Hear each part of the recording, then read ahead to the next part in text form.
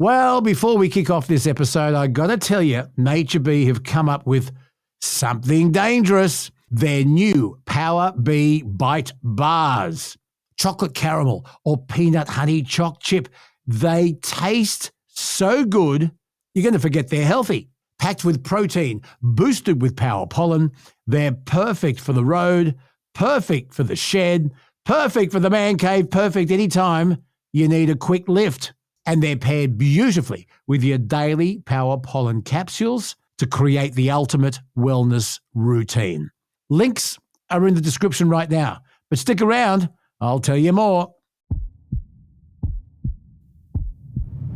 In a world where voices are silenced, Please. one man refuses to lie down. It's about how hard you can get hit and keep moving forward. How much you can take and keep moving forward. That's how winning is done. He's been punted not once, 40 years they've been trying. not twice, You couldn't fire somebody if they were horrible, doing a terrible job. but 3 times. You're fired. He doesn't tell you what to think, but gives you something to think about. Welcome to the Bonafide podcast with Luke Boner. And he's not All right, here we go. done Hold your ears, folks. yet. It's showtime. Well, g'day and welcome to episode 51, episode 51 of the Bonafide podcast with myself and the Millennial. Coming up, we'll look at Australian and world affairs with Leader of the Nationals, David Littleproud. Pauline Hanson has some interesting things to say. She always does, doesn't she? Should the burning of the flag be illegal, amongst other things? And we'll have Truckie Tuesday with Rod Hannafy. News updates. The big breaking news at the dropping of today's episode 51, is that Erin Patterson has been sentenced. She's going to spend at least 33 years behind bars for murdering 3 relatives and trying to kill a 4th with those infamous beef Wellingtons that were laced with death cap mushrooms. A Victorian Supreme Court judge has handed Patterson, 50 years of age, a life sentence for the 2023 murders of her in-laws, Don and Gail Patterson, with Gail's sister, Heather Wilkinson. Justice Christopher Beale spared Patterson the harshest penalty under law, a life sentence with no parole, meaning she could potentially leave prison if she's still alive in the year 2056.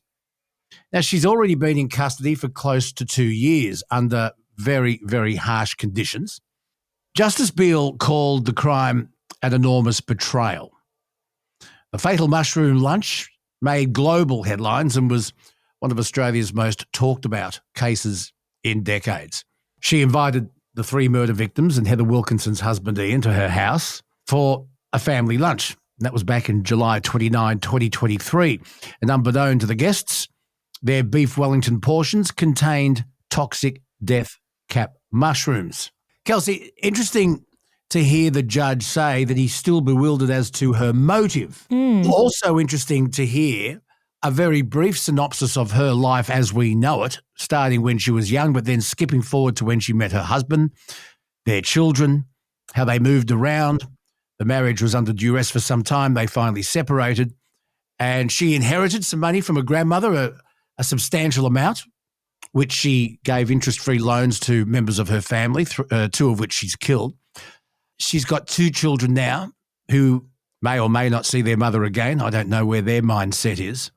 Interesting to hear that the man that she attempted to murder offered forgiveness so long as she showed remorse. And he said that, well, that's up to you. And she has shown absolutely no remorse. She's got 28 days from today to lodge an appeal, but I feel, and we'll learn more about this down the track, that appeal may only be appropriate if she was given no parole. Well, she was given parole, 33 years with no parole, but then possibly parole after 33 years. So legal experts at the point of dropping this podcast are saying an appeal is highly unlikely, but we'll have to wait and see. Well, I posted something about this on Facebook, and let me just read you some of the comments that are coming through. Somebody said, hopefully she'll be served with a side of beef Wellington. Classic. David said, it's not really life if you're out in 33 years. Well, if she dies in jail, but yeah. Ross said, so each life is only worth 11 years. Life should mean life. Yeah, we also had Mark say it's highly likely she will die in prison. So with all the comments on here, it seems to be split two ways. Half of the people are saying that it's exactly what she deserved, and then the other half of the people are saying that she shouldn't have got anything. So A die in jail sentence. I wonder, Kelsey, if we're going to see now that Australia and the world has had time to absorb this, I wonder if there are people, civil libertarians and alike, that will say the sentencing was too harsh. The judge did. Surely not. Did you notice that the judge did spend about 15 minutes describing the conditions that she's experiencing in the Gordon unit in jail? She can't see anybody. She's not she's not seen as harmful to other prisoners, but other prisoners are going to be seen as harmful to her. So Yeah. I get the impression that she's going to spend most of 33 years on her Pat Malone. Yeah, I think time heals everything, right?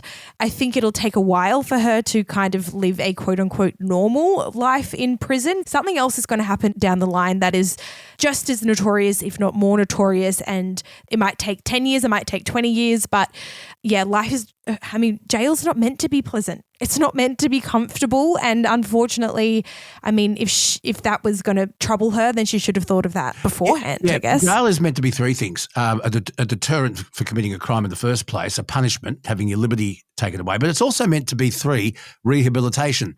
And Justice Beale clearly said that he's not an expert, he's not a psychologist, but is there chance of rehabilitation, Kelsey? Because that is also supposed to be part of the incarceration process. Can she be rehabilitated? Well, you and I aren't qualified to comment, but you've got to throw it in there. Yeah, we're not qualified really to know about that. So I don't know. I don't know. No, you don't it's know. hard.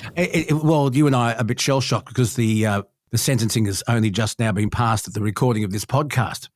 Interesting, when the judge went over her life, I'll get back to that point if I can, there was no talk about a childhood trauma. Was she abused? Is she mad? Does she suffer mental illness? None of that's come up.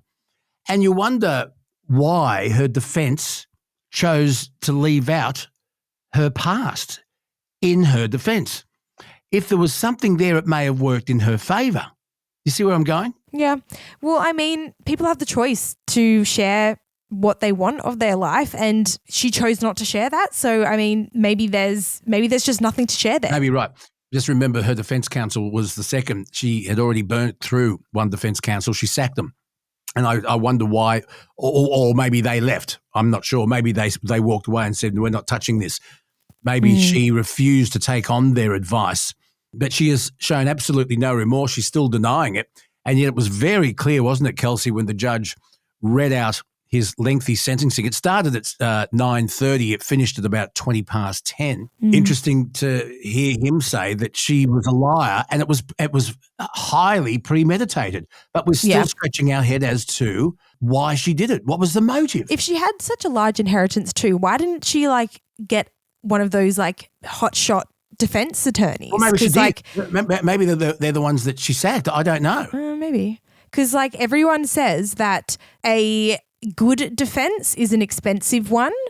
A good defense is a free one, but the worst defense is a cheap one. You get the freedom that you pay for. Is that what you're saying? You're probably right. Well, that's just what people say, is that if it's free, somebody's probably doing it pro bono. They believe in the case. They're passionate about the whole thing. They're fighting for justice.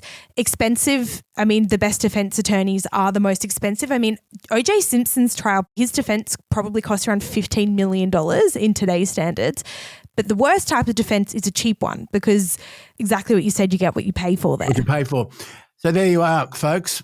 Patterson is going to spend at least 33 years behind bars. I don't know if she'll ever see sunshine again. I don't know if she'll ever come face to face and interact with prisoners again. That's up to the prison. But an historic legal case, hopefully put to bed at the recording of today's podcast, the 9th of September 2025. Unbelievable, eh? Mm-hmm. And Kelsey, what now? the miniseries, the movies, the books. Oh, yeah. I wonder how much the ex-husband family is going to get paid to go on 60 Minutes or a Con Affair. Oh, I would be absolutely milking it. they'll name their price. It's just so upsetting at the amount of lives that this premeditated, or 3 murders and an attempted murder, the lives it's affected, Kelsey. But she was supposed to be super intelligent. She made some really dumb decisions going on a line and where they could see that she had Googled, trying to dispose of the dehydrator at the tip, the dummy phone. Every lie she told was completely transparent and easy to trace. It was quite dumb, wasn't it, for someone who all the experts are saying is a highly intelligent woman? Yeah. I listen to a lot of true crime, and what always seems to baffle me is why people take their phones with them when they're doing crimes, because that's it's so easy to trace phones. Yeah, but she had a dummy phone and they found it. Even still, doesn't matter. Any type of device, I don't know why. It's always the thing that catches people. Well, don't give people ideas. Yeah, okay, sorry. Definitely take your phone with you if you're going to commit a crime. Take your phone with you. We're going to talk in a bit more detail later in the podcast about shark nets on populated beaches. The most horrible shark attack happened on Sydney's northern beaches last week when a man was taken, they believe, by a great white shark. The details are just horrendous, Kelsey. Mercury Fiscakis, killed by a shark at DY. This guy was with a group of surfers. He saw a great white about 100 metres away and tried to warn his friends, tried to put them in a circle to get to safety, but he was taken, and in a very grisly way, multiple limbs were taken from him. He died almost instantly at the beach at DY. It would have been Father's Day for him yesterday. He has a twin brother and very well known to the local surfing fraternity, including your uncle and your cousins. Yeah, it's very sad. He was definitely very well known on the beaches. Everyone knows everyone. Should the shark nets stay in place? They are now. The Northern Beaches Council was told by the state government, you're keeping those nets there. It would have been, I think, extremely bad taste for the greenies to say, no, we'll still take them down. But if a shark got through them, then surely that's not a good sign. Well, the shark nets don't stop everything, Kelsey. They don't. The shark nets catch everything as well, but it gives surfers peace of mind. It gives swimmers peace of mind. Maybe not anymore. Well, maybe not anymore.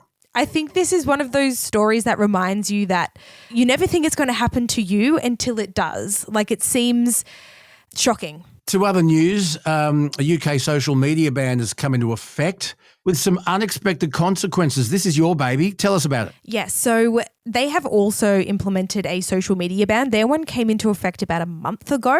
And so now we're starting to hear stories about how the rollout has gone. There's definitely been some unexpected consequences.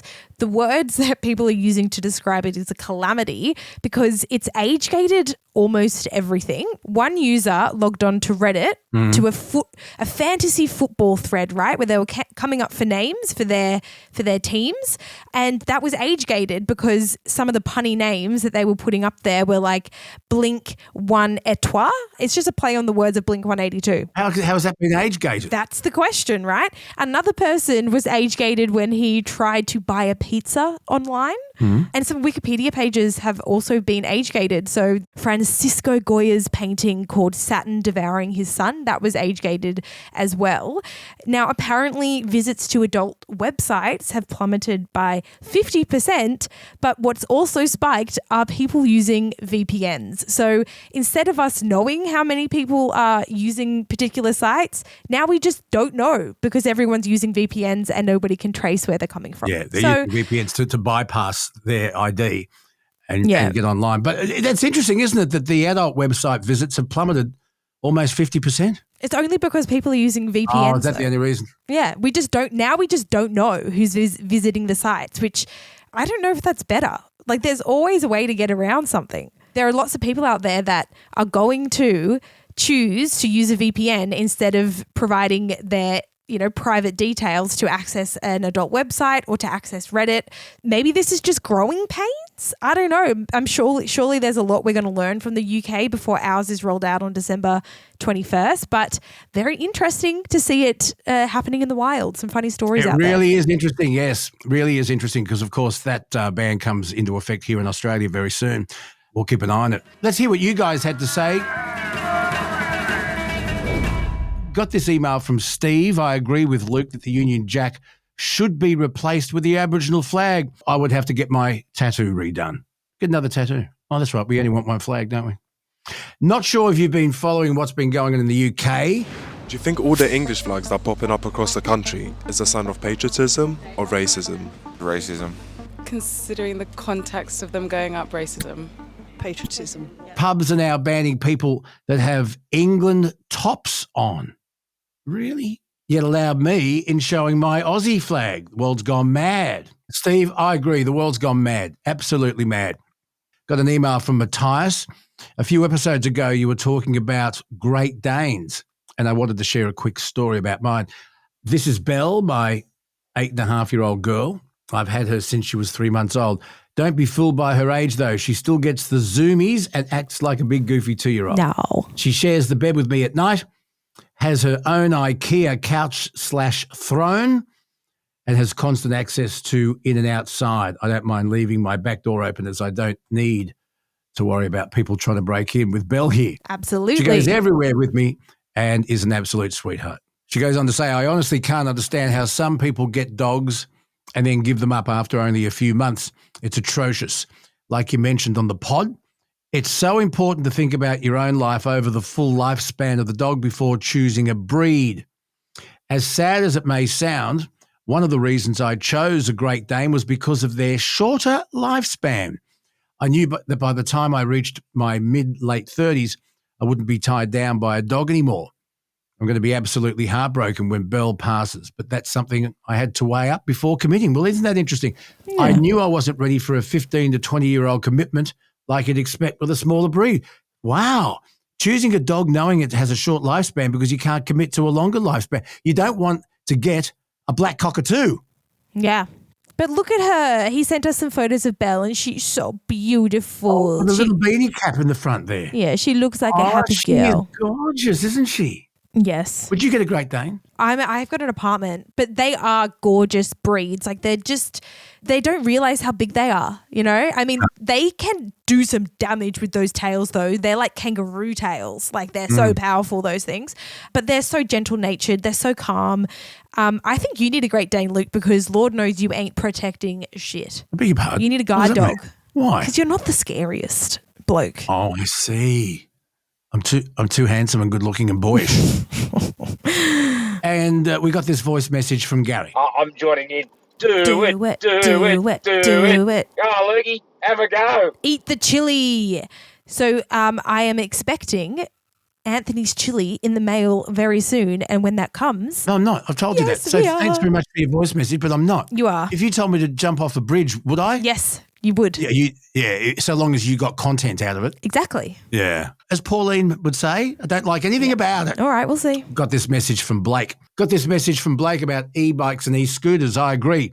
They have to be regulated in some way, but the original gangsters of this has to be the mobility scooters. True. What? I know they don't get up to the speeds of the other two, but just today driving home from work, a scooter was on the road, and when the traffic came to a roundabout, they merged into traffic and just cruised through the roundabout like they were in a car, then hit the gutter, bounced up, and just kept going along the footpath. I know from my dad who had one, he used to drive down the road all the time and called his the Red Rocket. Love it. This was after his license was taken away due to health and age. If we are going to regulate, I think they should be in the conversation. Yeah, mobility scooters are just like mini cars. They're like golf carts almost. You know what I do? If I had my license taken away and I'm old and senile, but I still want my independence. It's not too far away. I would get something like a ride-on lawnmower. I would take the blades out because I don't want to. Oh, I could mow the grass on my way up the road, and I put a small block 4.2 253 Holden V8 in it. Okay. With dual exhaust and extractors. That would be sensational. Yeah, you would get pulled over immediately. Yeah, but I'm old and senile. Oh, I'm sorry, officer. I didn't know what I was doing. Oh, you're not going to be a gentle old person. You're going to be a grumpy old complainer. I'm grumpy and old now. I know. So just imagine what it's going to be like when you've like fully lost your mind. Got this email from Tom. Luke and the Millennial ponder me this. And I suspect in Australia it's similar. Here in the US, burning the American flag is considered an act of free speech. while burning the rainbow pride flag is considered a hate crime. What do you make of that? Interesting point, isn't it? Well, yeah, but the pride flag is the flag of one specific type of group in society. Nationality and sexuality are different parts of the human experience. I wonder if Americans feel the same about their Confederate flag, and plenty of people in the South still proudly fly the Confederate flag, just like a lot of Australians fly the Eureka Stockade flag, don't they, as a sign of protest? Yes. What are your thoughts? Luke Boner, radio guy. Is it Luke Boner, that radio guy? Or Luke Boner Radio Guy at gmail.com. I've forgotten. Luke Boner Radio Guy at gmail.com. Or go to the Facebook page, Luke Boner, that radio guy. Or if you would like to leave us a voice message, just click on the link in the description and you can shoot us a voice message within one click of a button. Coming up, arguably Australia's most divisive politician, independent Senator Pauline Hanson, getting things off her chest and telling it as only she can.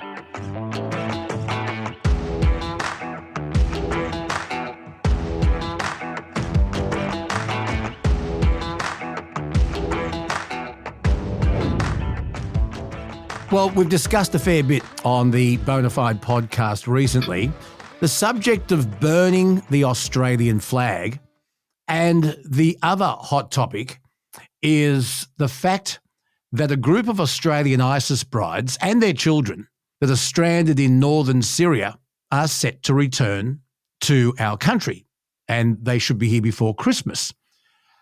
This will all be funded by taxpayers. Senior federal government officials are working as we speak with not-for-profit organisations and local Middle Eastern authorities to secure the return of the Australians within the next 5 months.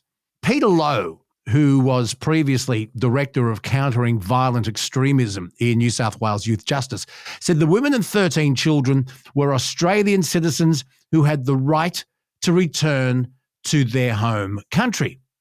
Peter Credlin, however, who hosts a program on Sky News, was the Chief of Staff for Tony Abbott when he was Prime Minister. When Tony Abbott was in power, this all came to fruition. And they warned these women, they said, do not go. It's dangerous. Once you leave the security of Australia, we can't help you. And Peter Credlin also says that these women knew that they were going over there to breed and to spread Islamic law and to become radicalised. She says they knew what they were in for and they should stay there. Here's a little of what Peter Credlin had to say. What's the point of having a citizenship test for people who become Australians to try and weed out those who don't understand or don't share our values? If we bring back to Australia on a permanent basis people who've proven beyond any possible doubt that they utterly reject our values. And what's particularly worrying is that we would bring them back from camps that our own officials can't even get into for safety reasons. So who's even vetting these people? What confidence can we have that they've even recanted their previous support for this death cult? Well, Pauline Hanson has been very, very vocal on all of this, and she's on the telephone now. The first time, I think, on the Bonafide podcast. We've spoken many times on the radio, but welcome to my podcast, Senator. Thank you very much, and I appreciate you having me on. Well, it's a pleasure. Gee whiz, it's been a busy 2 weeks for you in the Parliament. Senator, I don't know where to start. Let's start with the immigration protests, and everybody's entitled to their point of view. But what's concerned me is that some of these protests have been hijacked by the neo-Nazis. And then what also disturbed me, Senator, was the burning of the Australian flag. Isn't it funny that it is illegal to have an ISIS flag, a Hamas flag, a Hezbollah flag, a Nazi symbol? Illegal to show them in public, but it's not illegal to burn and desecrate the Australian flag. So we've got a bit to get through, Senator. So where would you like to start? Well, I remember years ago when I first went in Parliament in 1996, and I did raise about the flag that was being burnt back then at that time with my protest rallies and different things that were happening. Anyway, I remember John Howard saying it's not a criminal offence to burn the Australian flag, and that's how John Howard, our Prime Minister at the time, stated it. That really infuriated me, made me mad over the period of time, my time in Parliament back then for a few years. And even now I have raised it on a few occasions about the flag, protecting the flag. No interest whatsoever. There's no real push to protect it. Now, I was really angry. I wasn't in the chamber when Jacinta Price stood up to do her member statement. She had the Australian flag on, wearing it. And I think that's the first time she has done it. And because it's National Flag Day. And, of course, she was asked to remove it by Senator McKim, calling it a prop, which is absolutely ridiculous because it flies on the floor in Parliament. So the Deputy President then said, Senator Price, I asked you to remove it because Senator McKim said, well, if you don't remove it, I'm going to wear the Palestinian flag. I'll drape myself in the Palestinian flag.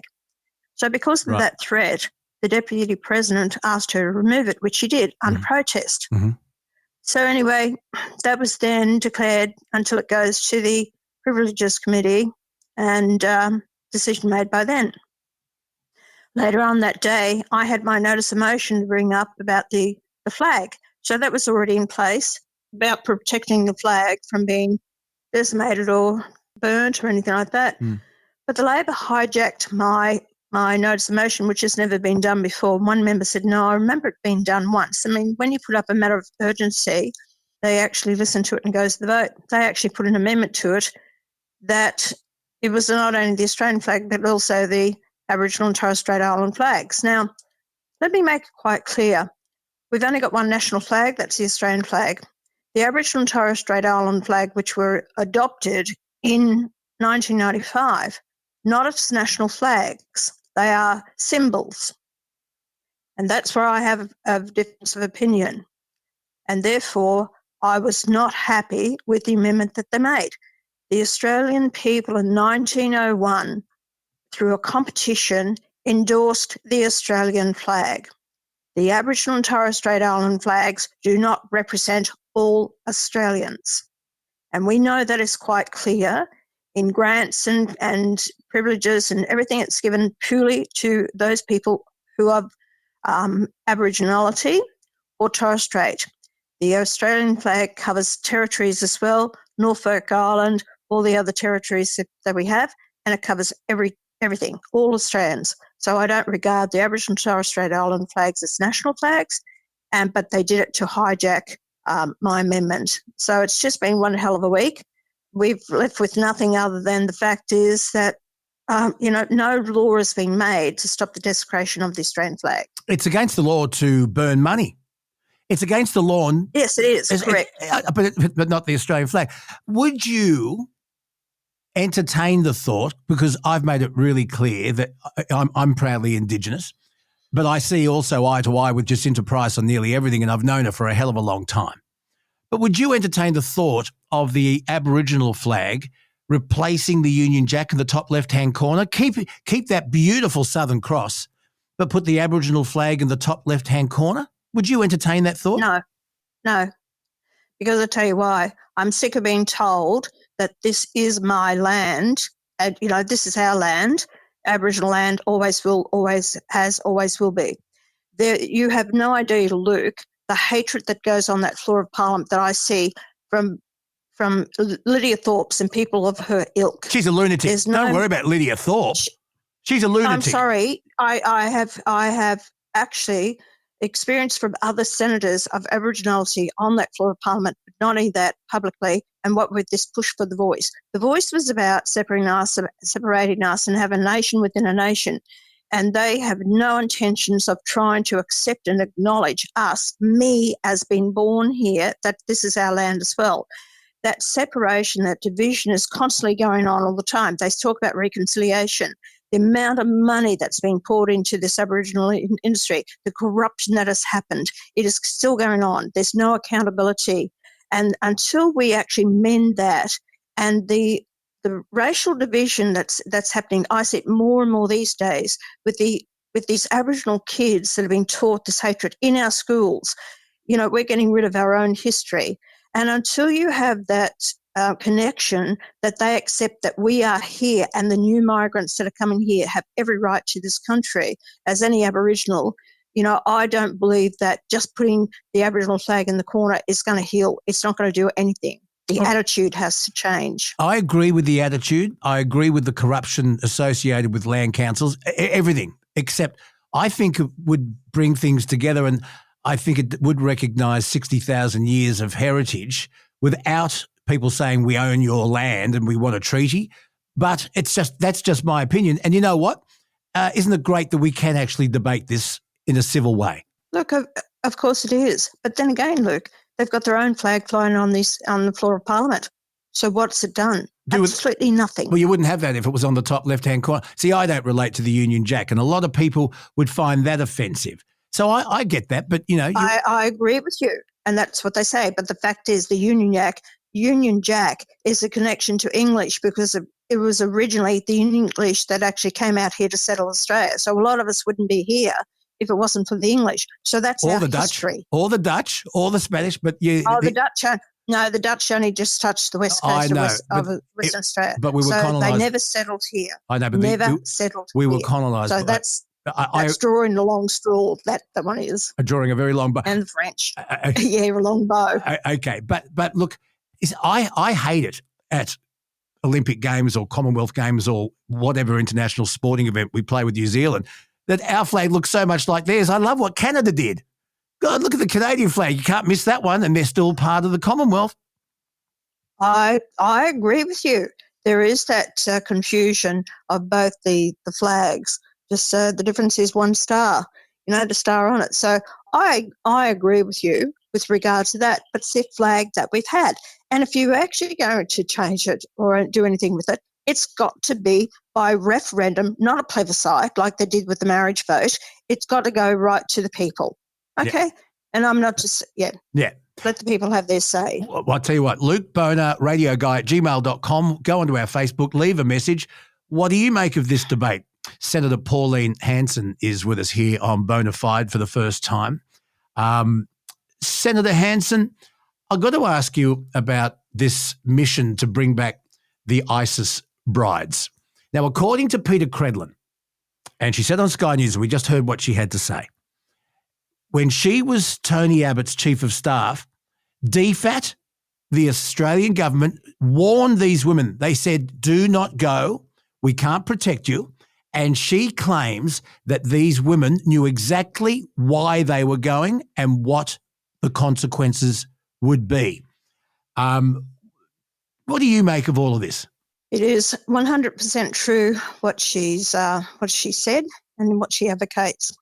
I'm so angry about this, and I've said for years, and I've spoken about it, and I said it in my speech, my maiden speech to the Senate in 2016. I've been speaking about this constantly over a period of time, that we've allowed people into this country who totally hate our Western way of life. They have their own set of values, laws, cultures, and it's the Islamic fundamentalists. And I'm not going to wrap everyone up who says they're a Muslim in this debate, because it's not. And we've had a Muslim candidate of ours that has stood for Hornsby. People call themselves Muslim. They may be born as a Muslim, and you basically have that with you for the rest of your life. Are they practicing Muslims? Because under the Quran, it's a totally different thing. But these are people radicalised. These are people who despise our country. If jihad was called, they would go out to actually kill Westerners or people who have not of their faith. And that's why they went over there. They are filled with this hate, their way of life. And actually, the women, the way they're treated under the Islamic law is disgusting. You have no rights, you have no control, your voice means nothing in the law of parliament. The women are, they're devalued. You've got to walk with a male. They hate homosexuals. Anyway, these women would have known exactly what they were doing. They're talking about this is a third lot to bring them back into the country since 2019, which they were bringing them back under the Morrison government. Now, I'm so angry about this. I don't want them here. We don't need them here. And the kids are possibly being radicalised as well, as we saw that child stand beside his father with the severed head. Yes, God. And this is, and I read it in Parliament yesterday, the number of attacks and murders, Lint Cafe, Broadmeadows, Chang, these ones that have been murdered from terrorists here in the country. And the police have said is more likely under our threat is probable at the moment.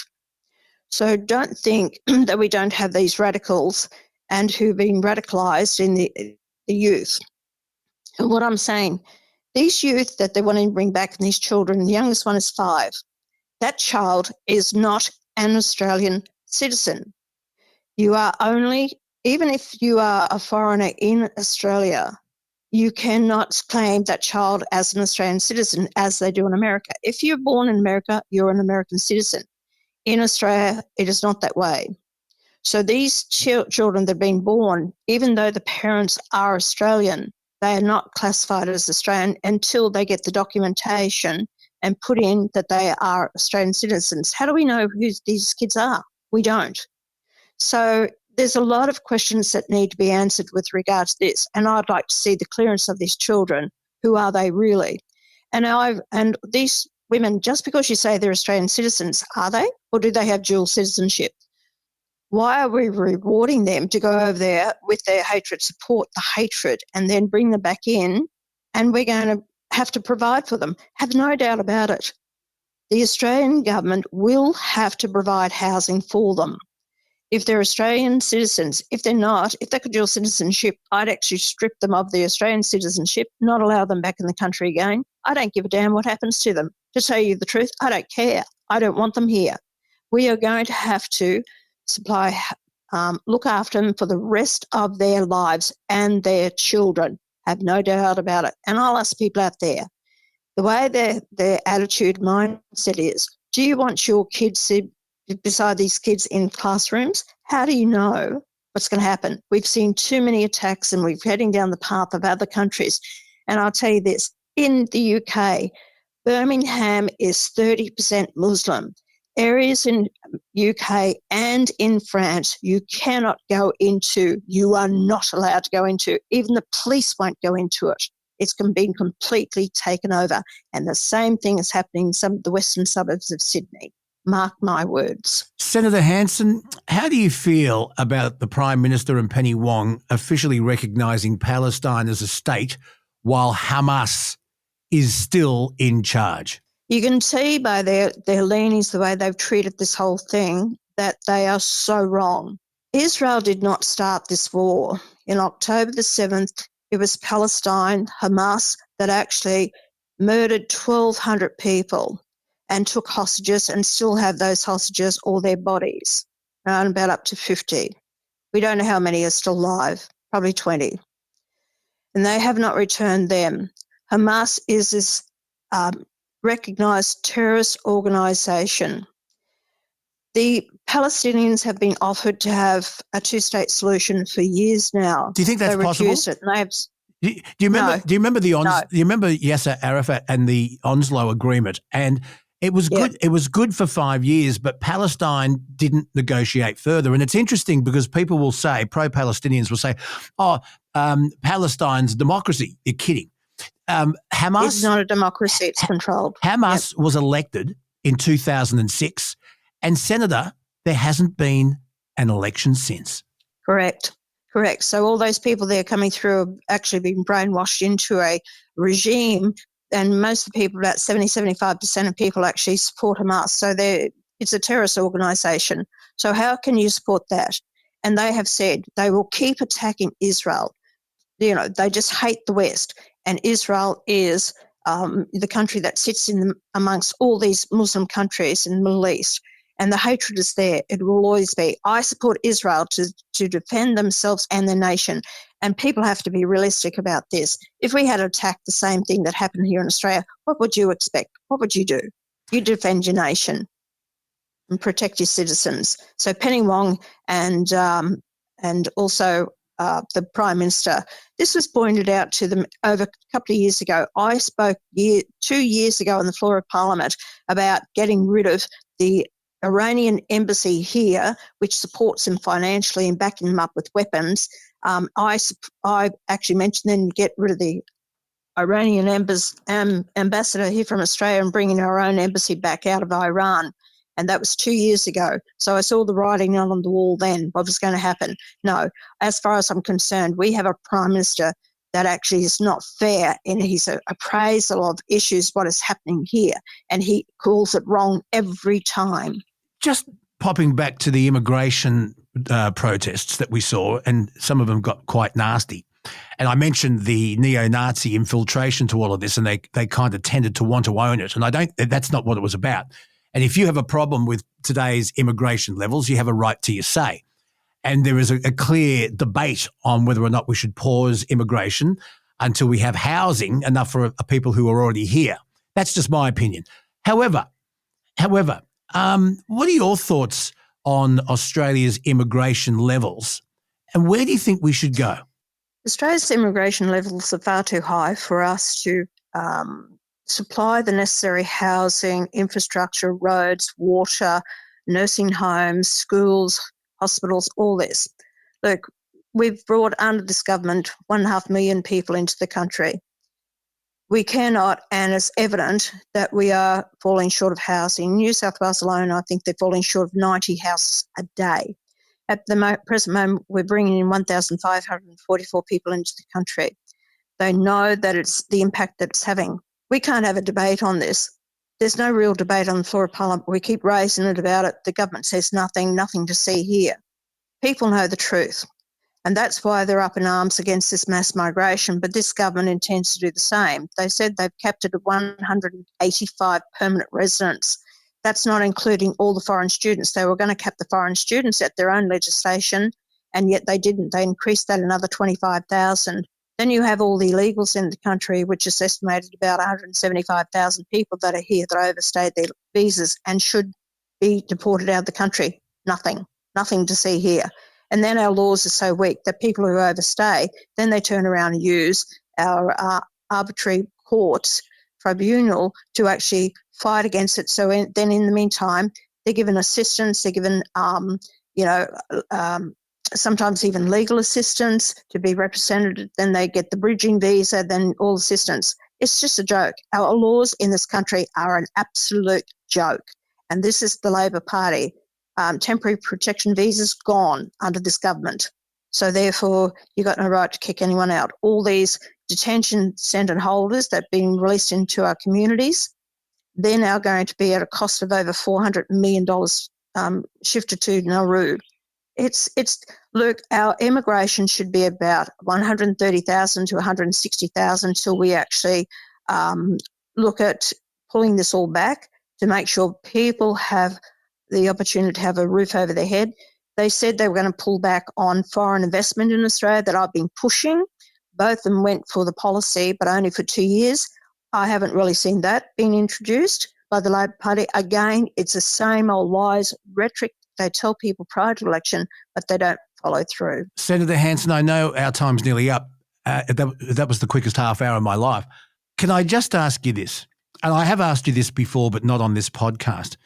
You said to me in the past that the highlight of your life was first getting elected, and the low part of your life came in 2003. You were convicted of electoral fraud and sentenced to 3 years jail. You served just under 3 months. The conviction was overturned on appeal.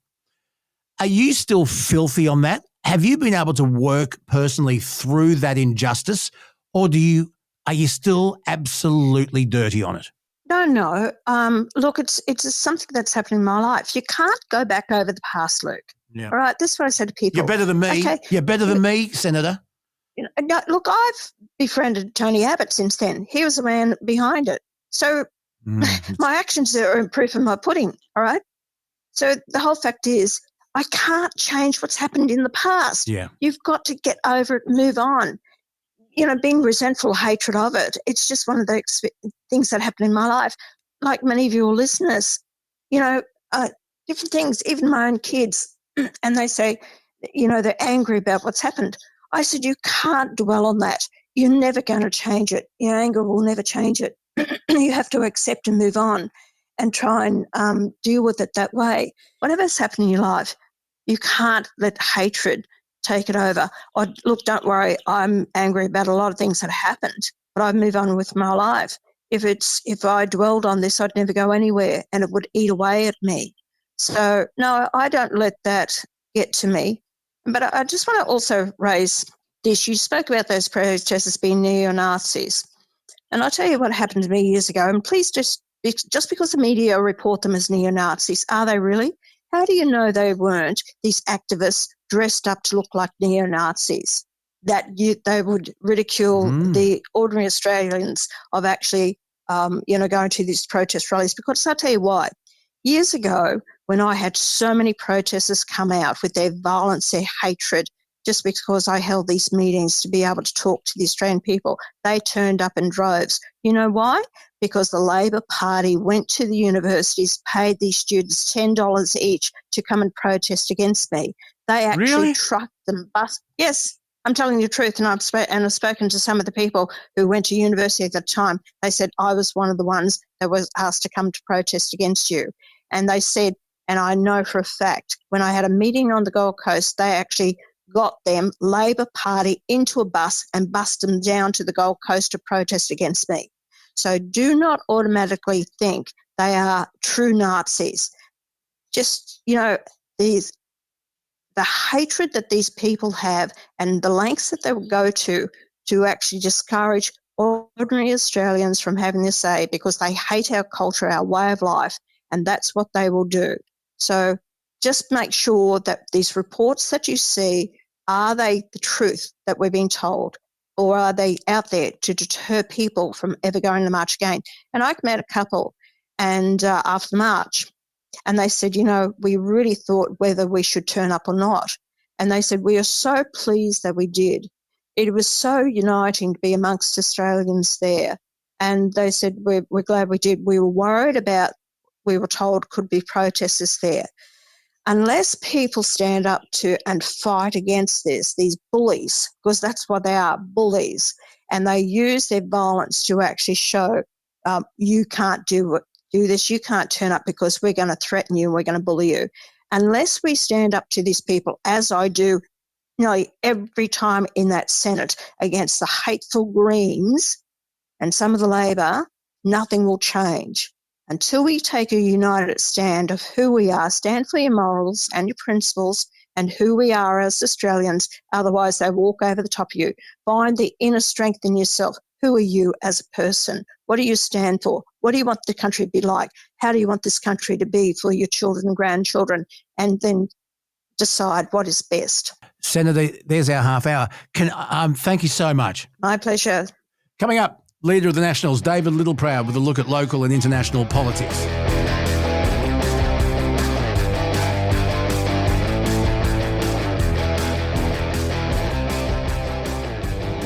Time once again for our weekly chat with the Leader of the National Party here in Australia, David Littleproud. He joins me again now. Welcome back to Bonafide, David. Yeah, thanks for having me. Good to be with you. We're getting a lot of traction and you're getting a bit of feedback. We've got some questions for you from our listeners. But first, I wanted to talk about some big issues. Number one is Donald Trump's tariffs. President Trump wants the Supreme Court to rule quickly on whether or not most of his tariffs are actually legal. In the biggest test yet to Trump's economic agenda, the administration asked the Supreme Court for an expedited review of the sweeping duties applied to dozens of US trading partners. We are one of them. So, David Littleproud, from your point of view, what's your information? Are those tariffs legal? And if they're not, do we get some money back? Can you give us some thoughts? Yeah, and it will, in fact, not necessarily be US court that will determine that. It'll be whether it's in breach of a free trade agreement that the WTO, the appellate court of the WTO, the World Trade Organization, that's where a country that has had one of these tariffs imposed on it can actually have it arbitrated. So the US would be looking at it in terms of the president's powers to be able to impose the tax under the US Constitution. What the WTO would do is would look at it from the countries had those taxes imposed on them, those tariffs imposed on them. From their perspective, is it in breach of the free trade agreements that they have? Now, we are one of those countries that have a free trade agreement with the United States. And so that would be a matter for us whether we wanted to contest that and take that to the WTO. We'd hope we wouldn't have to, because a world-based order of trade, a rules-based order of trade, has served Australia well, the United States well. Tariffs are inflationary. What we'd like to do is make sure that we get back to where we were, zero tariffs, and be able to trade openly with the United States and other countries. That's what's grown our economy, and that's what we'd like to return to. And I think that's why it's important that Albanese actually gets over there. I mean, it's been over 300 days since President Trump was elected. There's been over 20 world leaders whilst through the White House. Albanese hasn't been able to get anywhere near it. We've got to be honest, there's a problem. You just can't ignore the fact that he has not been able to get a meeting with President Trump, one of our most enduring relationships, and Albanese can't even get through the front door. There is a problem, not only in terms of Albanese, but I think we've got to be honest, there's probably a problem too with Rudd. Both of them slammed President Trump personally before he was elected as president.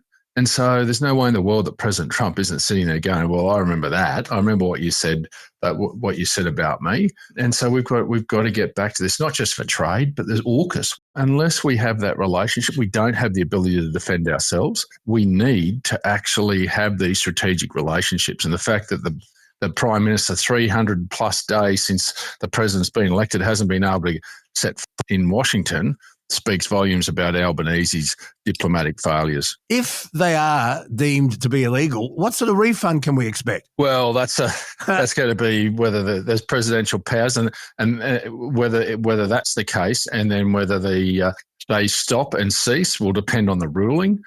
So I think there's a lot to play out, but it will be constitutionally whether the president has adhered to his constitutional responsibilities. And I would suspect respecting the Congress and the Senate as well in terms of when he imposed them, whether it was presidential powers, and I'm not a US expert, but whether there was requirement for congressional approval or Senate approval. So that's where I think the big questions will be asked legally in the United States. But that will be the first barrier of it. And then obviously there's the ability for other countries to take the US to the World Trade Organization. He's a strange character, Donald Trump, because it appears to me that he comes up with these ideas, and then when the experts get in his ear and say no, because people on the Republican side of politics have said to him, economically, this is going to cause enormous grief for our country. I mean, for example, I was listening to a truckie who votes Republican, always has, and he said instead of driving his truck delivering goods 5 days a week, he's down to one because they've choked supply. And he said, me and my truckie mates were going broke. And he said, I supported the president. Is it kind of like a game of chicken? But because Trump did swerve, didn't he? He did swerve and he put a pause on it. How do you make him out?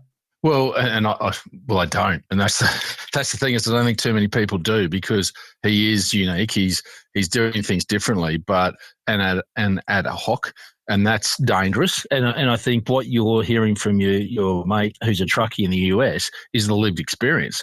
Tariffs are inflationary. Someone's got to pay them, and at the end, it's you. You're the end of the chain. And even when you think about the beef tariff that was imposed on Australian cattle, just understand this. They do not have the capacity in the United States to produce that we're talking about that goes into their burgers. They don't have to produce all of it. So they'll always have to import it. So when they impose that tariff on Australia, and that's where we send most of our beef, is the lower cuts that go into the lower grade hamburgers. They are imposing a tax on themselves.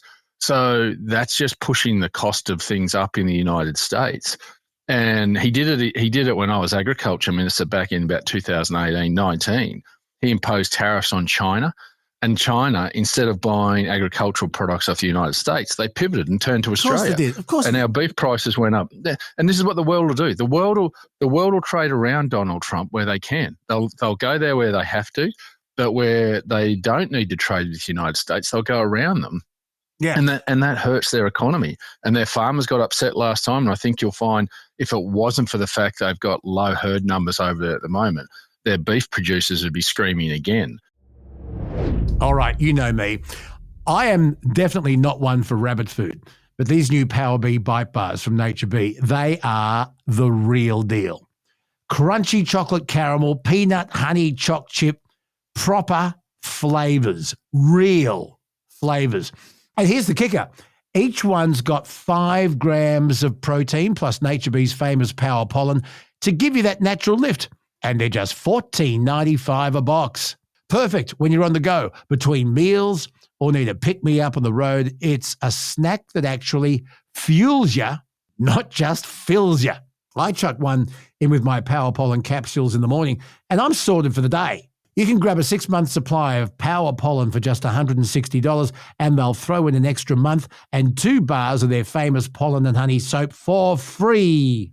So if you want to level up your wellness routine, grab a box of Power Bee Bite Bars with your next order of Power Pollen. The links are in the description right now. That's the only thing that's held their prices up at the moment. But China and other trading partners are pivoting away from the United States because they want to pay a tariff. So it's just, I mean, I'm not an educated man. I've just got a year 12 education, but I can tell you, you start pushing price up, people go looking for other markets. And when you don't control all the supply, that's the problem Trump's got. And I think he's going to find that, and that's where his base. And this is where the big trigger will be. The big trigger will be November next year, in about 12 months. There is the midterm elections. And if all this impact is really hurting his base, like your truckie mate and everyone that voted for him last time, he's got problems because he'll lose control of the Congress and he'll lose control of the Senate. And that's why I think he had that pause and he's thinking again. But it'll be interesting midterms in 12 months' time. And I suspect there'll be some Republicans just running the ruler over where they sit at the moment because they will be worried. There'll be some senators and some congressmen who are worried about holding their jobs if Trump keeps going the way he is. Yeah, just a very simple analogy. A very good mate of mine, Michael Hope from Hope Estate in the Hunter Valley, when China imposed tariffs on our red wine, and it was a significant part of his business, what did he do? He found new markets in Europe. Yeah, and this is the thing, is the world will learn to trade around them where they can. And where they have to, they'll pass those costs on to the US consumer. And this is the problem that Trump will have. It's simplistic in its notion, but in the practical reality, ultimately it'll probably be most of his people that'll hurt. And I suspect, particularly in agriculture, when China and other big consumers pivot away from the United States in terms of their consumption and their purchasing to other countries like Brazil and Australia, who are big agricultural exporters, the US producer will be the one left holding the can. I was over there when he did it last time, and I can remember the US Cattlemen's Association losing their stuff at me, saying this is madness. And I said, well, mate, that's a you problem, not an us problem, because our prices are going through the roof. Exactly. Because China's taken their demand to us. Yeah, exactly. David Littleproud is with us with his look at the world and Australia this week. I've got a question for you from some listeners. Are you ready? Yep, ready to go. Question number 1. Can you please ask David Littleproud, should there be a tax on overtime? Where is the incentive to try and get ahead? Some people work not just 1, not 2, but even 3 jobs. And they say, what's the point when we're working our ass off, but we're being taxed into oblivion and we're just not getting ahead? It's not necessarily overtime. It's our marginal tax rates. My son's exactly the same. He's turned 18.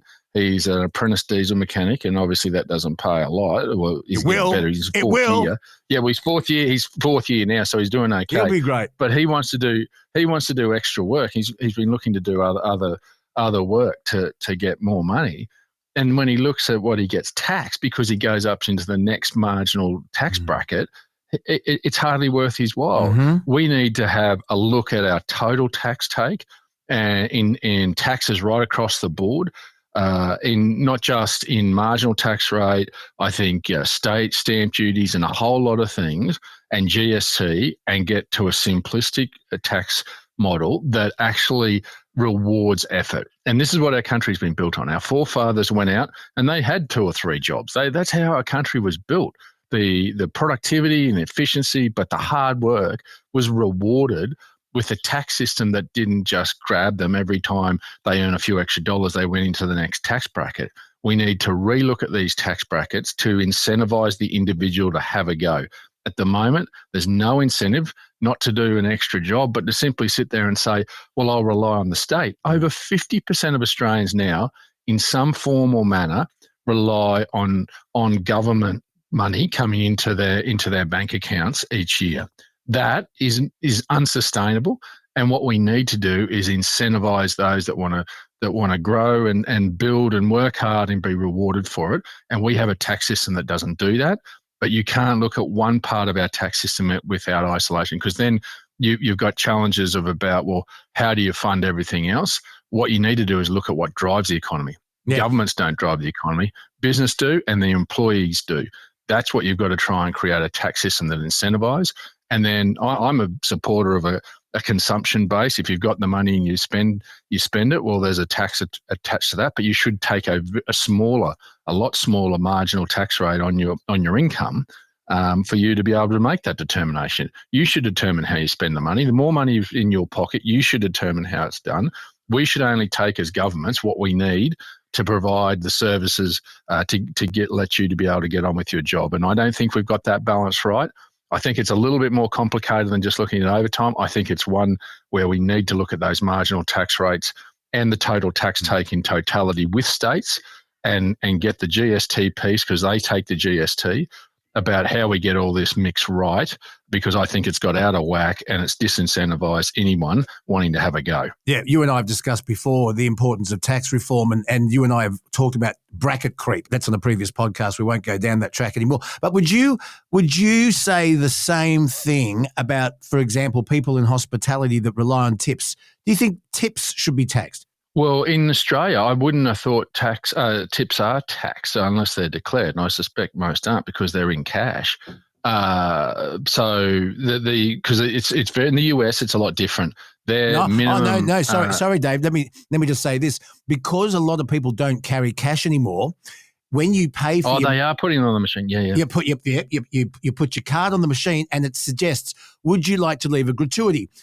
5, 10, 15, 20, and you tap which one you want. Now, that goes through their electronic system, and if the restaurant or the pub shares those tips, they go into their pay packet. So it's not cash as much anymore. It's taxable, yeah. It's taxable. Yep. And this is where, in the US, they don't have a minimum wage to the same level we do. Theirs is very small, and they have a more tip culture. So our culture isn't very much around gratuities and tips. So appreciate that would affect. So once you get into that would affect your minimum wage assessments by the Fair Work Commission, who set the minimum wage. So you've got to understand, this is where you've got a tax system that's totally integrated in terms of where it can get you on the other side. So that's why you'd need to look at that in totality. Because if you start adding those tips in, that's where it starts pushing you up into the next tax bracket. But also, if you're particularly in hospitality, that's where if the culture in Australia changes from not having tips and gratuities to having it, then that will also affect where the Fair Work Commission goes in terms of setting the minimum wage. So our system has been set up for one that hasn't actually looked at that and being part of that. And that's why I think it is time for us to sit down and run the ruler over everything, as well as those types of things like tips that in hospitality are becoming a little bit more frequent. And I've got to say, I'll be honest, I haven't, the only reason I wasn't aware is I don't normally give one because I know what the minimum wage is it's higher, but I got to say that is something that is changing in terms of our culture that we should look at, as well as the total tax take. See, David Littleproud, the non-tipper. I actually agree with you. I'm honest, mate. If nothing else, I'm just a country boy. You're a non-tipper. but I agree. If you get good service and great food, well, that's what you've paid for in the first place. But if it's above and beyond, I don't mind. But I pay with a card. And I really hate it when I feel bullied into when they leave it open for you to tick a box, and especially we were at a cafe having breakfast up the coast a few months ago, and it was a Sunday, and they had a big sign saying penalty rates apply Sundays, 15%. So I'm already paying my 15% extra for my bacon and eggs, and then they asked me if I wanted to tip, and it gave me the shits. But anyway. There we go, Luke and David, the non-tippers. I will if I think it's exceptional service, but aren't you paying for that anyway? David, there's another question from a listener here, And you might be able to shed some thoughts on this because I understand it is probably a bit of a conspiracy theory, but here it is. I'd love to discuss the Victorian Labor government's decision to install 40 new machete disposal bins with David Littleproud. It said the cost to Australia was $13 million or $325,000 each. What? I'm from a fabrication and project background, and I can confidently say, depending where the bins had to be installed and taking into account some areas may require traffic control, you'd be looking at $7,500 to $10,000 per bin on average to be fabricated, finished and installed. What does David Littleproud know about this? Sorry to throw that one at you. No, that's all. And in fact, I did see reports about this and actually read subsequent reports where the bins didn't cost that much in total. It's when they take the total program, which I think was 10 or 15, somewhere between 10 and $15 million. It was also the advertising and the disposal and how they dispose of the machetes once they're put in. When you look at the tragic events over the weekend, it's abhorrent. The society's got to a point where 2 teenagers are slayed down by a gang of teenagers with machetes. I mean, that's just unthinkable in Australia. I mean, when I grew up as teenagers, we were busy playing football and cricket, not running around with machetes, terrorising people, not having the understanding the value of life. I mean, it seems as though we've got in this society to a point where we don't value life anymore. I mean, it's just frightening. And while it's great that they want to try and get machetes off the streets, let's be honest, the people who will bring them off are not necessarily the ones that are going to they're normally the innocent, the law-abiding people. So, I think good on them for trying to get it off, but let's be honest, it's not the panacea. It's not going to solve the problem. And unless we as a society, it's not just governments that need to fix this problem, society needs to fix this problem. It starts at home and then it goes all the way through from us as parents, making sure kids respect the institutions of schools and police, and knowing that there's got to be a deterrent and a consequence. If you do the wrong thing, then you need to know that there's going to be a problem. And, this is where we get caught up in these juvenile detention centres. I mean, if you talk to police, they tell you all they're doing is making better crims. I mean, I believe in these outback camps. We've had them in my electorate out near Longreach, where you show these kids they have a purpose in life.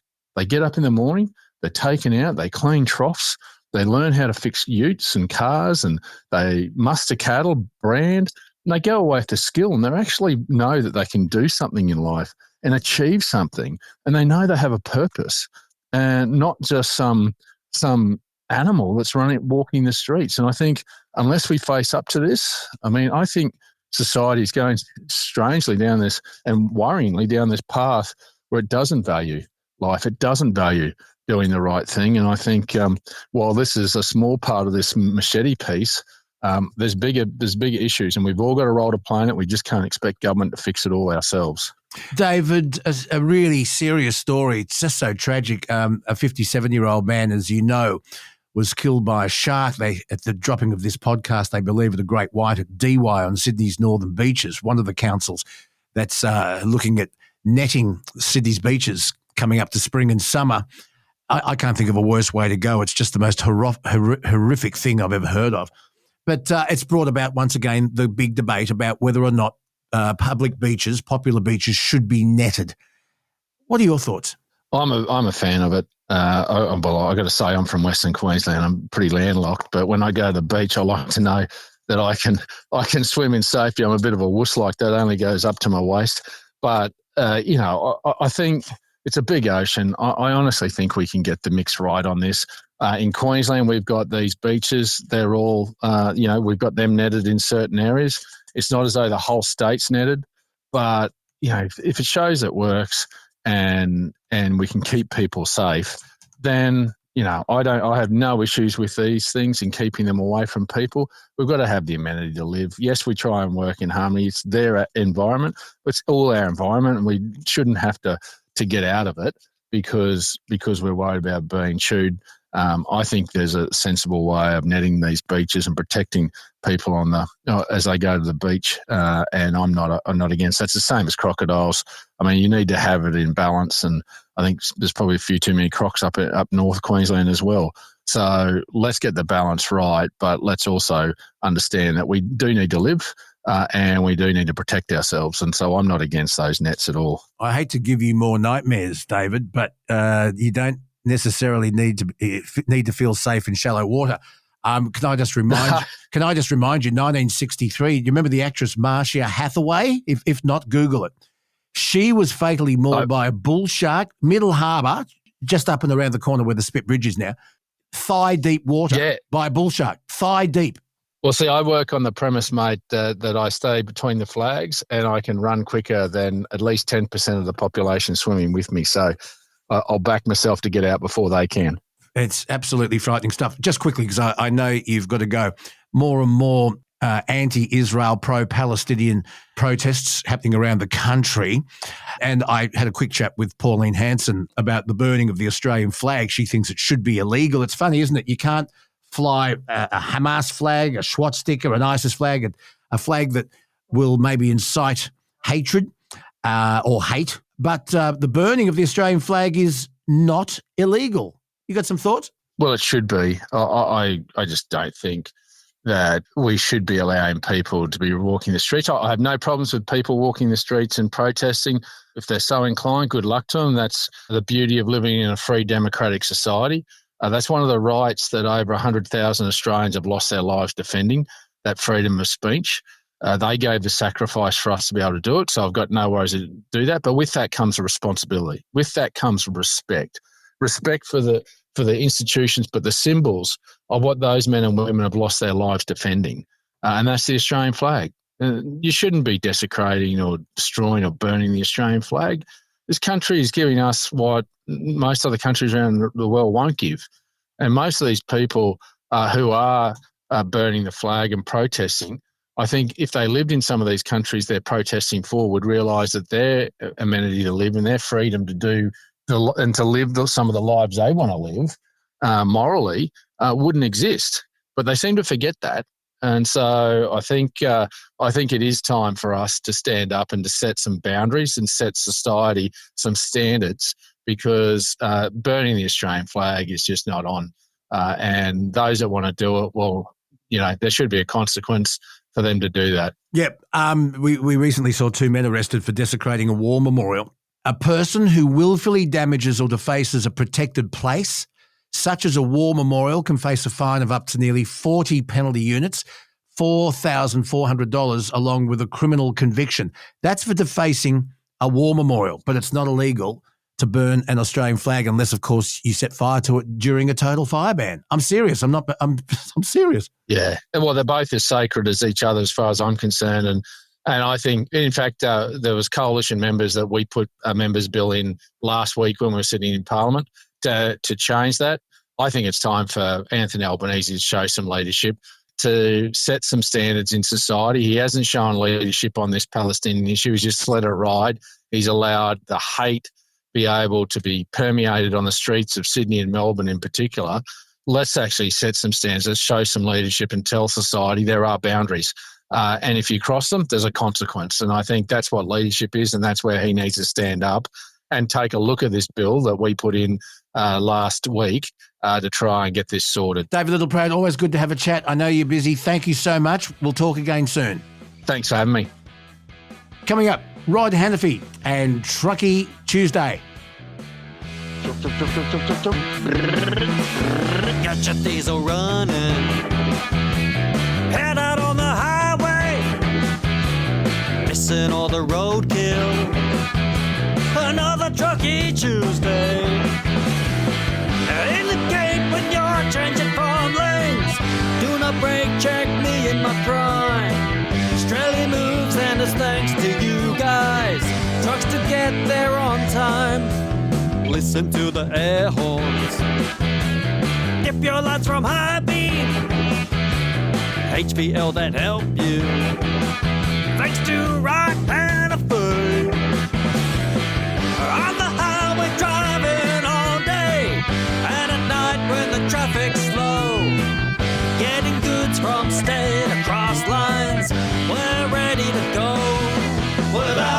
trucks, Australia stops.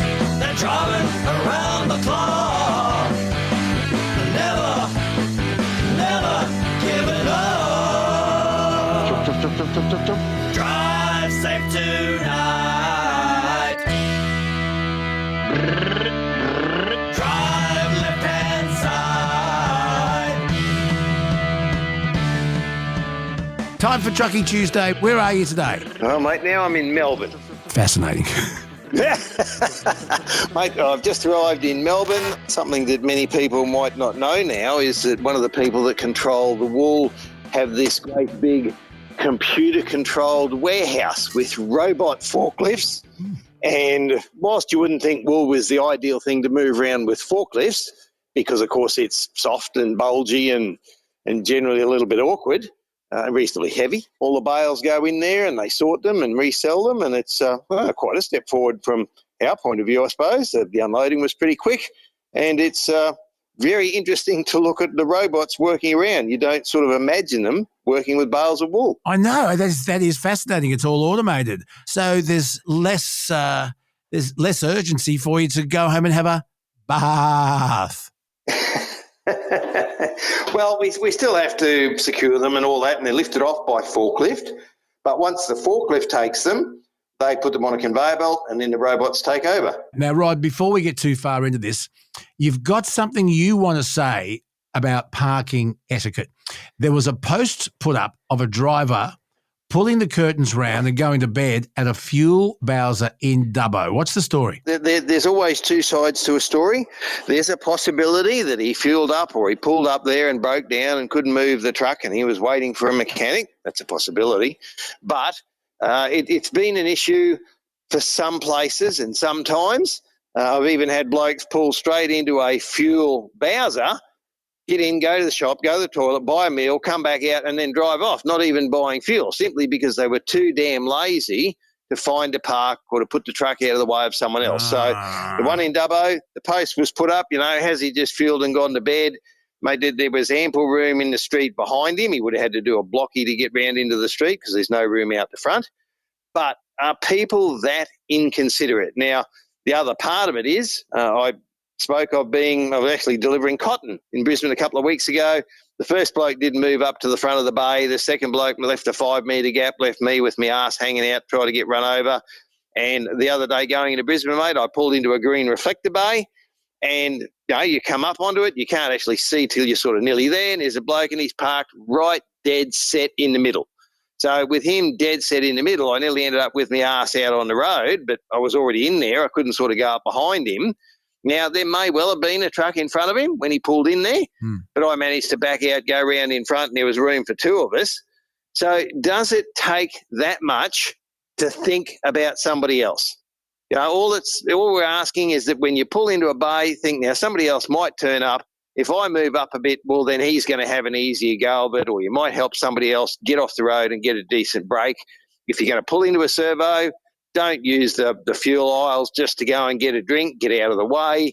And, of course, don't pull up and go to bed after you've filled up.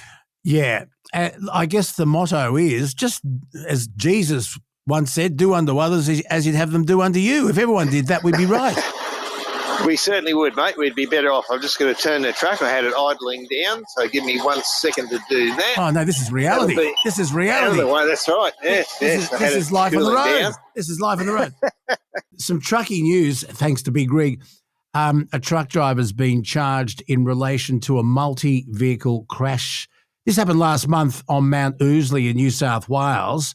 Rod, what can you tell us about it? Mate, I saw the footage of it. It looked pretty horrific. From what I saw, it was an empty, so unladen, small rigid. We're not talking about someone going down there with a fully loaded A-double or something like that. I don't know what happened. You would find it hard to imagine that a vehicle like that, with ample braking capacity for when it was loaded, managed to burn its brakes out, run out of brakes at the bottom. That seems a little bit unlikely, but funnier things have happened. There may have been a mechanical failure. But then, of course, he went on for, another kilometre or something like after that before he stopped. And everybody else that was involved, there were some injuries, and all it was that it is a steep descent. And I was actually speaking with Adam from NTI. He's doing some videos about these steep descents. And the signs are there, Luke. And actually that one, Mount Ousley, there's plenty of signs to tell you it's a steep descent, be in low gear. Anybody that drives trucks know that unlike a car, unless you're in a race car and you boil your brake fluid or something, heat is an enemy of brakes. And if you ride your brakes by coming off the top of the hill and you're on the brakes all the way to the bottom, well, they can overheat and fail. If you keep applying them, push, push, push, because we have air brakes, you can run out of air. Normally, though, that brings the maxis on, but if they're too hot, they don't work. So until they do a proper investigation, whether there was a mechanical failure, any driver knows that if the sign says steep descent, use low gear. Now, technically under the law, Luke, if you touch the brakes more than 3 times in one of those descents, they can pull you up and fine you for not, incorrect manner of operation, something like that I think they use. But yes, they don't drive trucks. Weren't you pulled up near Mount Victoria and you challenged it? Yes. I was coming down Mount Vic. I was in a 19-metre B-double fuel tanker. How's that for a memory? Good memory, yes. And they actually pulled me into the little parking bay where the narrow convict bridge is on the corner, and the bloke got out and he said, you used your brakes. I said, yep, that's right. And he said, we were behind you. I said, yeah, no, I saw you. I knew you were there. Oh, well, you used them too many times. And I said, well, and what I'd done, Luke, that week before, I'd gone down there in a lower, slower gear without having to touch the brakes at all. But I had 3 cars come around me at the very last second trying to cut me off. One nearly hit a car coming the other way because he's trying to push in front of me. And I said, your way created a bigger problem. I believe my way is safer. He said, oh, but you touched the brakes. I said, can you smell them? He said, what's that got to do with it? I said, can you smell the brakes? No. I said, well, if you can't smell them, they're not hot and I haven't overused them and they're still cold and allow me to stop safely. Oh, well, don't do it again.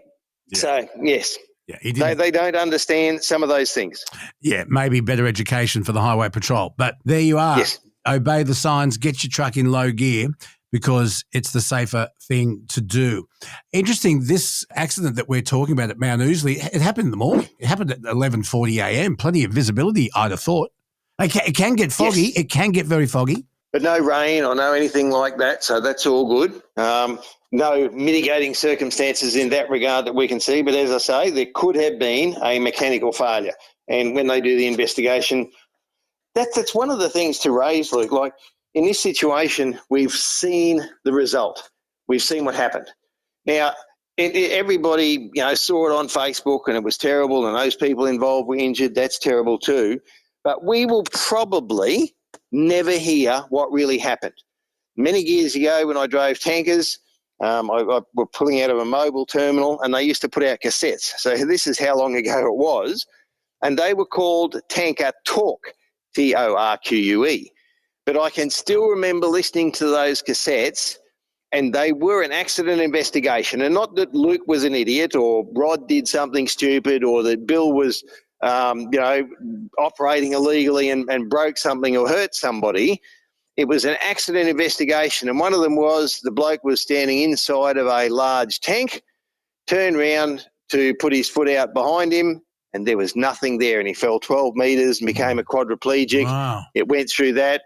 There was another one where the driver was travelling along the highway and in a bonneted truck, the bonnet actually flipped up in front of him while he was driving. Jesus. So he couldn't see and ended up in a dam. So, of course, they went back to what was the maintenance, what happened with the hinges, all of those things. And, for example, I don't want to know that driver was an idiot, but if there is something out of that accident investigation that could help other drivers, one, think about what they might do in that situation to remember back to that.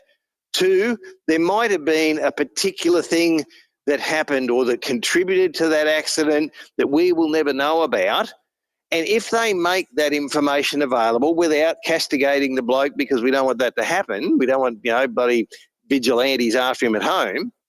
But if they put that information out, it becomes education and you may well save somebody else's life, save another incident because somebody heard what happened, had the truth, and then acted on it in the future. And, Here's another example, mate. I was travelling down to Hume the other day. There was a pretty serious accident there near Wallen.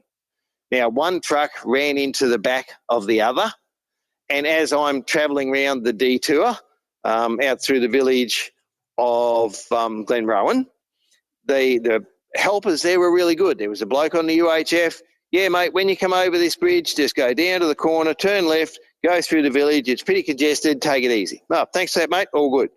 But then, of course, there was, it was a fatality. No, it was a double fatality. No, it wasn't. Yes, it was. I know what happened. Well, unless you were there, I don't think you really do. So, again, if that information in the future came out that that incident was caused by this, and it might be that somebody didn't look or didn't see or did something, but you don't want his name, you don't want his address. You just want to think next time you're in that situation yourself, I remember that, and maybe I should back off a little bit or leave a bit more room, whatever it might be. I'd like to hear from drivers. Have you ever had an unforeseen accident? What happened? Did your bonnet flip up? Did something happen that caused an accident? How was it resolved? Let us know. Tell us your story. LukeBonerRadioGuy@gmail.com. There's a really good editorial in Big Rig magazine, and I have discussed it with you, but I just want to bring it to our listeners' attention. And the headline is Closing the Knowledge Gap in Trucking. The editorial reads, I was trying to think what has changed the most in the industry, not concerning the most noticeable, like equipment and technology. But in my 55 years in the business, and one skill, or lack thereof, is the general knowledge gap among trucking industry participants. As we've moved away from drivers and some owner-operators doing any work except driving and sometimes loading and unloading, many do not have the basic general knowledge to describe what has happened. This is really important when you break down, for example. Back in your day, back in the days, ancient history. Back in the days of black and white trucking, Yep. Truck drivers knew how to do everything. They were probably mechanics, or they knew how to fix something. They knew how to change a tire. They knew how to describe what was wrong with the truck, but they also knew exactly where they were. We didn't have the communication that we did today. You had radios. You didn't have mobile phones. But I'm tipping that the author of this article from Big Rig is saying that very few truck drivers today, because everything is so automated, trucks are automatic, that very few truck drivers can actually change a tire. And while maybe they shouldn't have to, he goes on to say it is a good skill to have. So what the author of this article is saying is, are truck drivers today underskilled? Yes, but there are levels and degrees. So, yes, in the past, if you go back to the very early days, blokes would change hubs and diffs and axles and even I remember, I think I told you a story about a mate changing a radiator on the side of the road.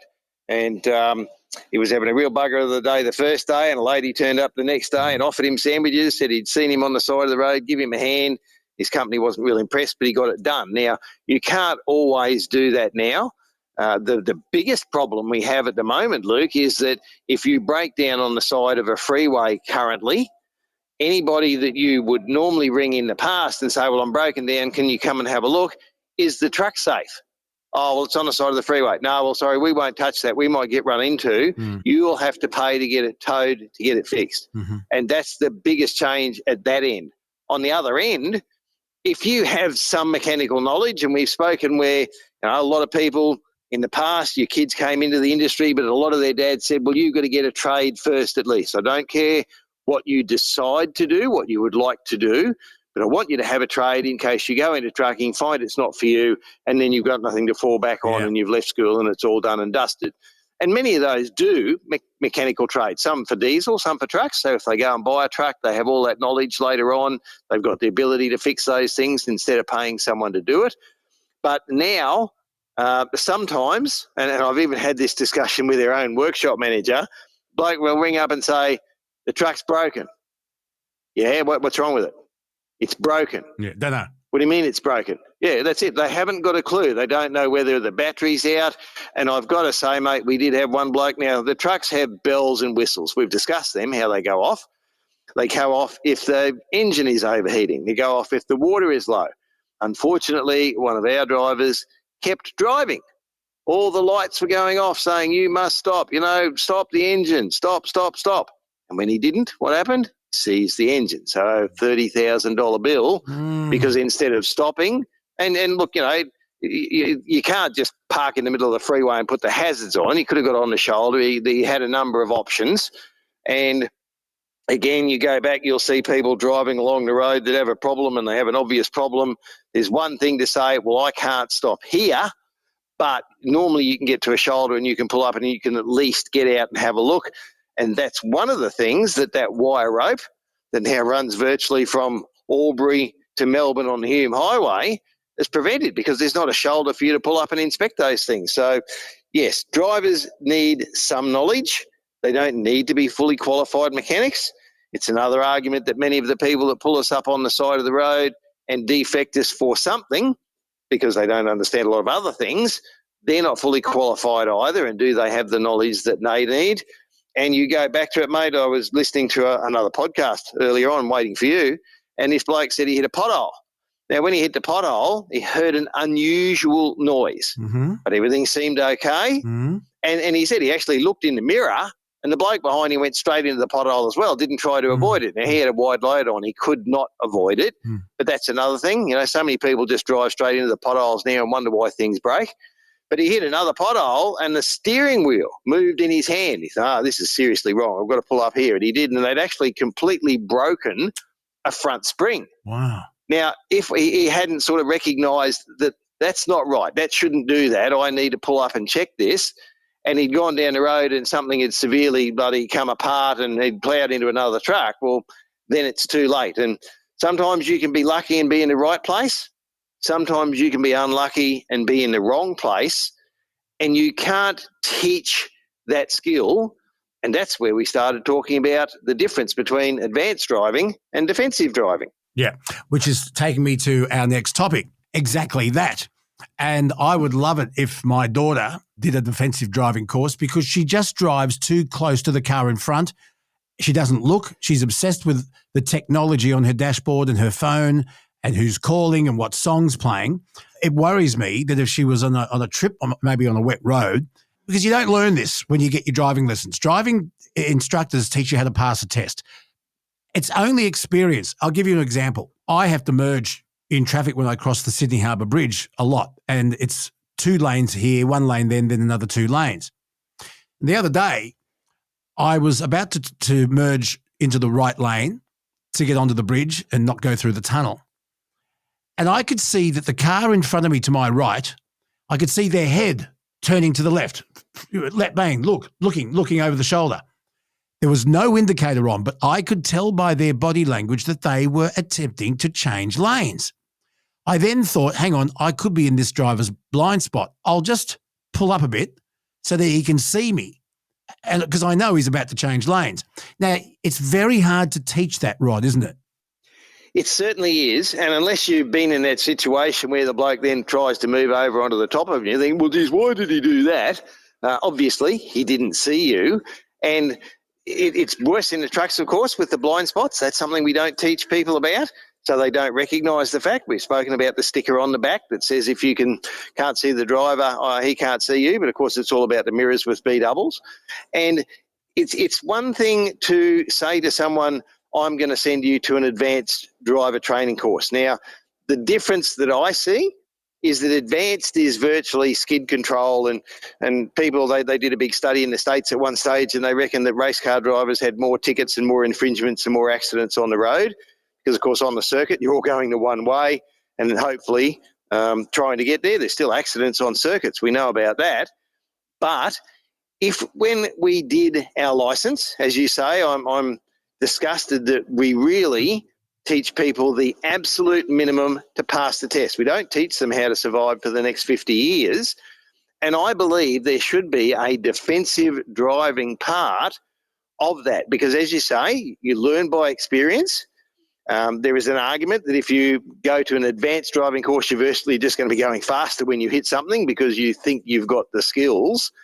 But the biggest single thing, and back in the days of Finnemore's Tankers, we were all sent to a place called DECA, Driver Education Centres of Australia. You did a week's course there. But then we did a thing called Smith's driver training. And it teaches you to look not at the car in front of you, but the car 5 in front of you. And you have to go with another driver, and you do virtually a verbal discussion. So as you drive along, you can say, look, I can see that car 3 up on the left on the side. He's just touched his brake light. So he might be going to pull out, or he might have just got there and he's going to swing the door open. Or I see that light in front of me is green and it's virtually stale. It's been green so I anticipate it might change and the car in front of me might lock everything up and stop. And if I'm too close, as we've discussed, then you're going to run into the back of them. So I don't think it's too much to ask. I think there is real value in it, and I think that we could save lives, but it's another thing you would have to include in the licensing process. And at the moment, they've done very little to change or improve that from where I sit. I once, years ago, asked Peter Brock what he thought of advanced driving courses, and he said to me, well, hang on, are you talking about a defensive driving course or an advanced driving course? And I said, what's the difference? A defensive driving course, as you just correctly put it, focuses on preventing accidents through hazard perception. And that involves risk assessment, reaction techniques, looking ahead, troubleshooting. But an advanced driving course it goes beyond that, and it teaches high-speed vehicle control, emergency recovery, proficiency, and driving under more extreme conditions. And often those courses take place on a track. So there is a difference between an advanced driving course and a defensive driving course.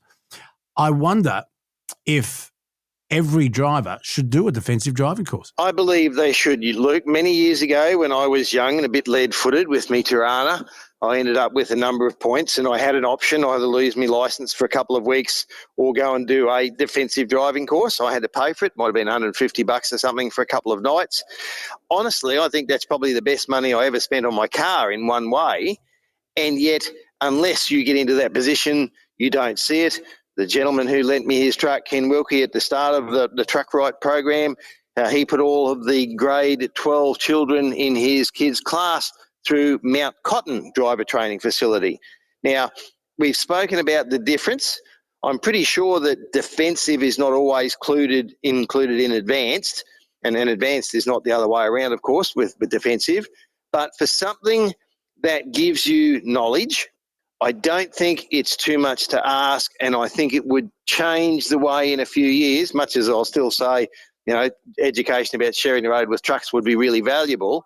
I think even the idea of having defensive driver training, you said hazard perception. I'm sure there is a hazard perception test, but I don't think it goes far enough, and I don't think it gives people the skills they need to protect themselves. Do you remember my first producer at Triple M, Jess? Certainly do. Yeah, well, she was with me for 5 years, and the whole 5 years she was with me, she didn't get a driver's license. I think she failed 2 or 3 times. I think 3 of her inspectors quit the business. But she was on her L's. I don't think she ever got a piece while the 5 years she was with me. But her auntie, for a birthday present when she got her L's, gave her a defensive driving course. And I forget how much it was. It was $250, I think. It may have changed by now. But is a defensive driving course worth it? If you teach them or if you've done one, please let us know. Rod, do you have a question for the week or a lesson for the week? So for this week's question, Luke, we're speaking about defensive driver training. We're speaking about tips and things like that. I want to know the best tip that you've ever been given, whether it was your mum and dad. At one stage in the past, we spoke about those ads that TAC did where they had the man, the father in the front, the kid in the back, and it was like a marionette. And the fact that virtually from the time your kids get in the car with you, and of course at 5 they're not going to be driving for a while, but they watch everything you do. And unfortunately, some parents teach them the wrong thing. So, do you need driving lessons? Do you need that on top of your parents teaching you? But what is the one single best thing that anyone told you before you started driving, that when you started driving you've gone back to and thought, Jesus, that was good advice? Can I give you my dad's? My dad taught me. Absolutely. My dad taught me to drive, and then I failed my test twice, So he said, let's get you a professional lesson. And the professional guy, he just took me on the route that they take you on, and he taught me tricks that my dad didn't know about. For example, they'll time how many times you check your rear vision mirror. Driving a manual, they want you to put your hand back to the steering wheel between each gear change. Now, who does that? You always leave your left hand on the gear stick, but no, they would ready to change again. Yeah, but that was one of the things they checked on. But there was something that my dad taught me that he worked out for himself because he nearly had a terrible accident with a cyclist. He taught me that when I pull over and I'm about to get out on the road, so I'm parallel parked on a busy road outside the shops, right? Dad said to me, son, here's a tip that I've worked out. Open the driver's door with your left hand, because then your body is already turned and you're looking at the lane. Yep. And I do it every time now. Dad went to open the door with his right arm, throw the door open, and nearly had a cyclist run into his door. And so he taught me, open the driver's door from the driver's seat with your left hand so your body's already turning and you're already looking back. I thought that was great advice. And I thought initially you were going to say he told you to look in the mirror, and it depends on how the mirror's set, whether you see that. That too. Can't exactly do that in a truck. But I'm saying there are times, Luke, when I've gone to get out of the truck onto the freeway, and had I not looked, you think, I've pulled up, I've got to get out, and you just sort of swing the door open. And yes, there are times when there have been vehicles that close. So the advice is good, and the way it was delivered works perfectly in a car, but the intent works for every vehicle. Yeah, sure. Now, of course, check your mirrors, of course. But he said, look, just open the door with your left hand. Look at you. You're already looking back. But I'm sure you've seen people who have never looked in their mirrors, Luke, and just swung the door open anyway. So we need to cover both aspects. We do indeed. Right, Hannafy, always good to talk to you. I hope the Kenworth gets you from Melbourne to wherever it is you have to go. I'd love to learn more about the automated wool storage facility. Can we take a photo or a video? Mate, I think they'd have a kitten if I got a camera out there. But next time I'm there, I will ask. And I must say, Luke, as a parting point, one driver called me up the other day, said, doing a good job on the podcast. When are you going to get Luke in that truck? Look, I'll do that before I taste the hot chili, which is another topic altogether. All right, mate, all good. Rod Hannafy, Rocket Rod Hannafy. Safe travelling to all. Well, thank you so much for your company on episode 51. Aaron Patterson, there'll be a lot of talk and a lot of feedback over that. Was the sentence sufficient or not enough? And please feel free to comment on any of what we talk about here, because we want to hear your opinions. So send us an email, get onto our Facebook and leave a voice message. And just before we go, Luke, I saw this on the TikTok and I wanted to ask you, what do you think this number plate spells out? Ready? X, Q, S, M, W, A. X, Q, S, M. W, A. I've got no idea. X, Q, S. Moi. Kiss me. Excusez-moi? What's the best Folks, number plate you've seen? Oh, Jesus. We did a whole show on this and some bloody beauties came up. Some of them are banned now. Well, maybe let's see what the listeners say. Let's see what the listeners say. The best number plate you've ever seen. What was it? And I wonder, did it get banned? Thank you for listening. Episode 52 coming up very, very soon. Thought for the day: behind every great podcaster, there is a producer rolling her eyes. I will agree with that.